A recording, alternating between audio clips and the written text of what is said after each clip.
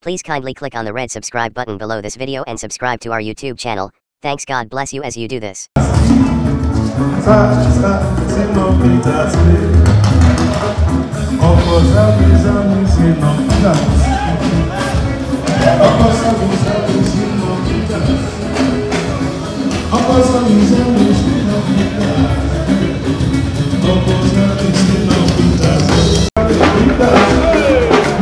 But you know what I mean, there's not something that I am asking of Peter.